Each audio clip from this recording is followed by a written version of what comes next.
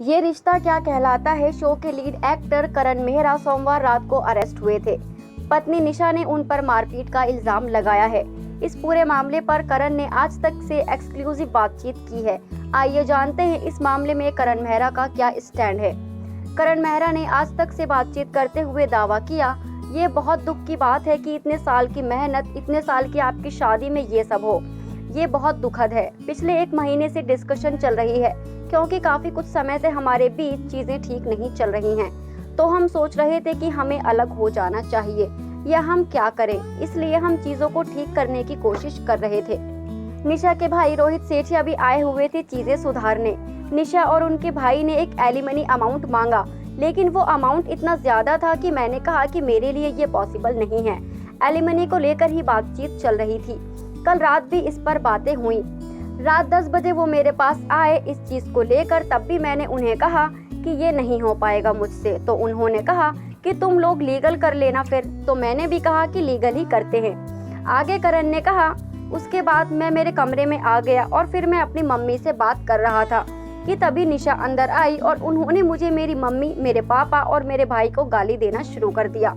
वो जोर जोर से चिल्लाने लगी। इतना ही नहीं, निशा ने मुझ पर थूका। मैंने निशा को कहा कि आप बाहर जाएं। फिर निशा ने मुझे धमकी दी, देखो अब मैं क्या करती हूँ। फिर वो बाहर गई। निशा ने दीवार पर अपना सिर मारा और सबको ये बताया कि करण ने ये किया। निशा के भाई ने आकर फिर मुझ पर हाथ उठाया।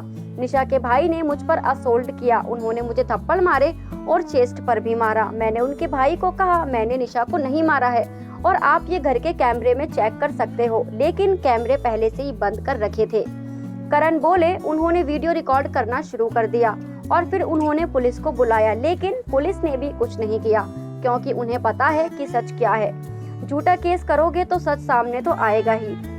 कल को इन्वेस्टिगेशन होगी तो सच बाहर जरूर आएगा। करण ने कहा, कुछ भी अमाउंट अगर निशा मांगेगी तो मैं कहां से लाऊंगा? तलाक हो रहा था हमारा, मैं तो इतने पैसे नहीं ला सकता ना। ये सब मैं काविश मेरे बच्चे के लिए कर रहा था। अच्छे से बात होकर भी सॉल्व हो सकती है।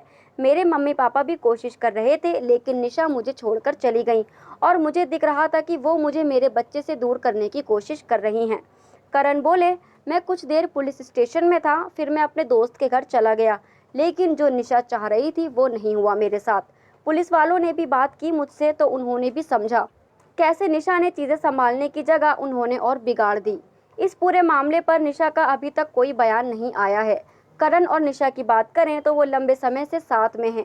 2012 में उनकी शादी हुई थी।